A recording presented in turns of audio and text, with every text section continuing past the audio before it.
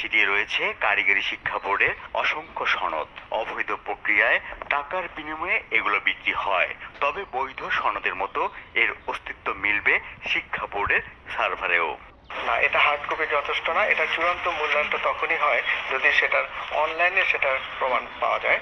তো এইটা রেডি করার পরে এরপরে এর যে নাম এবং তার যে জিপিএ সহ তার যে তথ্যাদি, সেই তথ্যাদি অনলাইনে আপলোড করা হয়।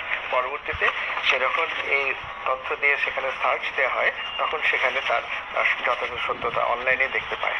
টাকার বিনিময়ে সনদ বিক্রির হোতা খোদ কারিগরি শিক্ষা বোর্ডের সিস্টেম অ্যানালিস্ট মোহাম্মদ শামসুজ্জামান।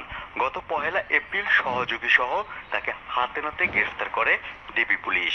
যে ছাত্রছাত্রীরা পাস করতে পারতো না বা পরীক্ষায় কম নাম্বার পাইতো, সেই ধরনের শিক্ষার্থীদের খাতার নম্বরটি কম্পিউটার এন্ট্রি হওয়ার পরে সেখানে বাড়িয়ে দিয়ে তাকে পাস করে দেওয়া হতো এবং তার গ্রেড বাড়িয়ে দিয়ে দেওয়া হতো। এই কাজটি করতো। কারিগরি শিক্ষা বোর্ডের গ্রেফতার কর্মচারীদের দেয়া তথ্যে সনদ জালিয়াতির চক্রের সন্ধান নামে ডিবি পুলিশ। এরপরই সামনে আসে কারিগরি শিক্ষা বোর্ডের চেয়ারম্যানের স্ত্রী সেহেলা পারভিন জড়িত থাকার প্রমাণ। এই হলো সেই ঐতিহাসিক কলি ম্যাডাম, যিনি কারিগরি শিক্ষা বোর্ডের সার্টিফিকেট জালিয়াতির হাজার হাজার ঘটনা ঘটিয়েছে।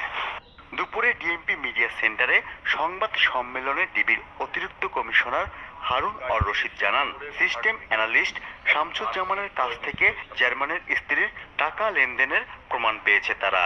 3 জন 164 করেছে।